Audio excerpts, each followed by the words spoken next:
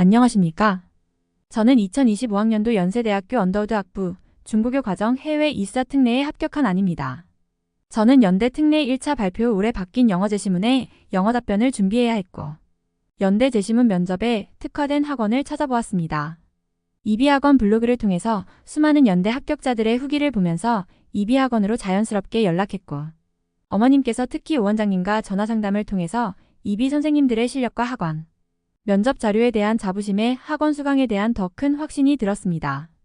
수강 후 면접일로부터 일주일 전에 강 선생님과 하루에 2시간씩 최대 인원 5명인 단체 클래스 수업을 줌으로 수강하게 되었습니다. 저는 해외 대학교 면접 합격 경험은 많이 있었지만 한국에 있는 대학 면접 경험은 전혀 없었고, 연대 특례에서 면접 비중이 40%이기 때문에 최대한 이비학원의 커리큘럼을 믿으며 수업을 진행했고, 또한 저는 지방에 거주하기 때문에 이비학원에서 GOM을 통해 수업을 할 수 있다는 것 또한 저에겐 큰 메리트이었고, 클래스 최대 인원이 5명이라 학원에 등원한 현장 학생들과 GOM의 온라인 학생들이 섞여서 수업하는데 전혀 문제가 되지 않았습니다. 이비학원에서 제가 얻을 수 있었던 점들은 크게 3가지로 나눌 수 있을 것 같습니다. 첫 번째, 면접 포맷을 보다 정확하게 알 수 있음. 저는 해외에서 입시 준비를 하였기 때문에 해외 대학에서 대면 면접을 여러 번 봤지만 연세대학교의 면접처럼 비대면 면접은 경험이 전무하였습니다. 그러므로 전체적인 면접 형식은 어떻게 되는지, 그리고 면접장 분위기는 어떠한지 잘 모르고 있는 상황에서 강 선생님과 면접 기출문제와 예상 문제들을 풀어보고, 또 몇몇 합격자분들의 후기를 읽어보면서 전체적인 면접 분위기를 확인할 수 있었습니다.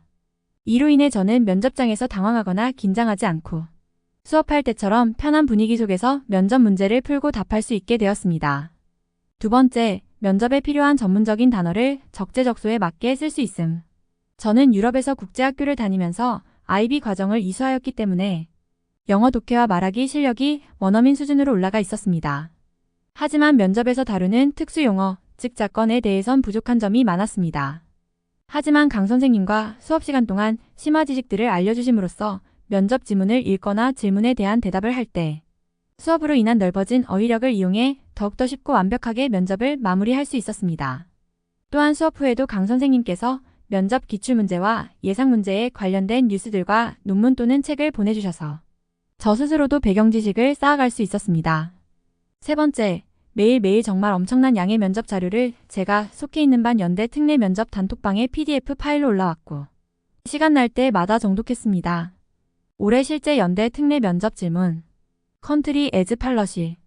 A 국가의 인구수 조절 방법은 각 가구마다 한 아이만 낳게 하는 제도를 실행하고 있다라고 설명을 시작함. 만약 아이 수가 1명이 넘어갈 경우 벌금형에 처하고 벌금의 액수는 일반 가장의 월급을 훌쩍 넘어간다. 이로 인해 더 많은 아이를 낳고 싶어하는 부유 가정은 벌금을 감수하고도 아이를 낳을 수 있다라는 문제가 제시됨. 컨트리 vs 팔러시. B 국가의 인구수 조절 방법은 각 여성들에게 출산권 하나씩을 배포함. 이 출산권은 다른 사람들에게 판매 및 구매가 가능함. 이로써 아이를 더 낳고 싶어하는 여성은 어국가의 제도처럼 벌금을 내는 것이 아닌 출산권을 다른 여성에게서 살 수 있음. 이때 C 국가에서 인구수 조절 제도를 도입하려고 하는데 어느 나라의 제도가 더 타당한지 선택하시오. Q1. 효율성이라는 기준을 우선시할 때 어떤 제도가 더 적절한지 본인의 생각을 말하시오. Q2. 공정성이라는 기준을 우선시할 때 어떤 제도가 더 적절한지 본인의 생각을 말하시오. 밑에 제 답변 내용은 최대한 기억나는 대로 쓴 내용과 더해서 추후 약간의 복기를 통해서 첨부된 내용이 섞여 있다고 보시면 됩니다. 우선 1번 질문에 대한 답변 같은 경우는 지문에서 정한 효율성이 가장 돈이 적게 들고 사회적 계급에 상관없이 모든 여성에게 아이를 낳을 권리가 주어진다 였습니다. 그러므로 저는 B국가를 고르고 그에 대한 설명으로선 출산권에 대한 시장이 열림으로써 돈이 부족하고 아이를 낳고 싶어 하지 않는 여성 입장으로는 경제적으로도 더 이득을 볼 수 있고, 또한 부유한 여성 같은 경우는 벌금을 내는, 즉 부당한 경우로 아이를 더 낳을 수 있는 것이 아닌 합당하게 출산권을 살 수 있다는 점이 효율적으로 좋다라고 생각하였기 때문입니다. 또한 이번 질문 같은 경우는 공정성, 즉 모든 사람이 똑같은 대우를 받는다라는 조건하이기 때문에 어국가를 골랐습니다. 여기서 저는 어국가의 정책을 보고 중국의 원차일드 팔러시가 딱 떠올랐습니다. 그러므로 사실상 전 중국 사회주의 국가의 이념을 생각하였습니다. 애당초 사회주의는 간단하게 생각하자면 모두가 공동체를 위해 일을 하고 그에 대한 보상을 받는 시스템이기 때문에 공정성이라는 것에 대해선 사회주의 이념을 가지고 있는 나라의 정책이 더 타당하지 않나 라고 말하였습니다.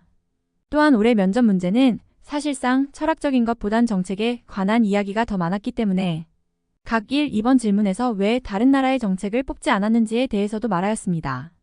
1번 질문 같은 경우는 어국가의 정책은 효율성이 떨어진다라고 말을 할 수 있는데 그 이유로는 나라의 사법적 파트의 힘이 기하급수적으로 떨어질 수 있기 때문입니다. 만약 부자들이 법을 무시하고 벌금을 아무렇지 않게 생각한다면 이 문제는 나중에 더 큰 사회적인 문제를 일으킬 수 있기 때문입니다. 또한 이번 질문 같은 경우는 비국가는 공정성, 모든 사람이 똑같은 조건을 받는다라는 이야기이기 때문에 비국가 같은 경우는 사람의 경제적 힘에 따라 조건이 바뀐다고 생각이 들어 고르지 않았다고 설명하였습니다. 기타 면접 정보. 미리 말씀드리지만 수험 번호와 면접 순서는 관련이 있습니다. 면접 순서는 수험 번호 알파벳 순서, 그리고 숫자 순번으로 정해지는 거였고 저는 불운하게도 가장 마지막 수험 번호로 접수가 되어 있어서 16시 30분에 퇴실했습니다. 당일 면접자 중 제가 제일 늦게 끝났습니다. 또한 언더우드 면접자분들은 면접실이 2개만 있기 때문에 면접자 인원이 적더라도 더 시간이 오래 걸린다는 걸 참고하시길 바랍니다. 입실 시간은 12시 30분까지였고 연세대학교 한국어학당으로 가야 했습니다. 한국어학당은 정문에서 걸어서 30분이 걸리므로 동문으로 가시는 것을 추천드립니다. 면접장 분위기는 굉장히 무거운 분위기였으며 다들 학원에서 만난 친구들끼리 가볍게 인사와 짧은 대화를 하는 정도였습니다. 12시 30분이 지나면 전자기기를 제출하고 그때부터 면접자분들은 본인의 면접 시간까지 학원에서 받은 자료들로 공부를 하는 걸 볼 수 있었습니다. 특히 면접 순서가 저처럼 뒤로 있으신 분들은 학원 자료 또는 책을 가져와 읽으시는 걸 추천드립니다. 12시 30분부터 전자기기 제출을 하고 만약 저처럼 예상 퇴실 시간이 16시 30분이라면 최소 16시까지는 아무것도 못하고 기다려야 하기 때문입니다. 하지만 중간 대기실로 이동하기 전까진 화장실은 자유롭게 가실 수 있습니다. 면접은 학원에서 기출문제 푼 형식과 비슷했습니다. 지문을 읽고 노트하는 시간은 8분이며 지문 같은 경우는 파일에 들어가 있고 그 파일은 책상에 붙여져 있기 때문에 지문을 들고 읽거나 또는 지문에 마킹을 할 수 없습니다. 하지만 노트 종이 같은 경우는 본인이 아무 곳에 두고 작성할 수 있습니다. 면접 내용. 최근 면접 내용이 대부분 철학 관련 내용 혹은 이념에 관련 내용이 나왔지만 이번 연도 면접 같은 경우는 제시문과 질문 자체의 난이도가 크게 높지 않아서 어떻게 기본 답변 속에서 자신만의 독특함을 넣을 수 있을까가 합격의 관건이었다고 생각합니다.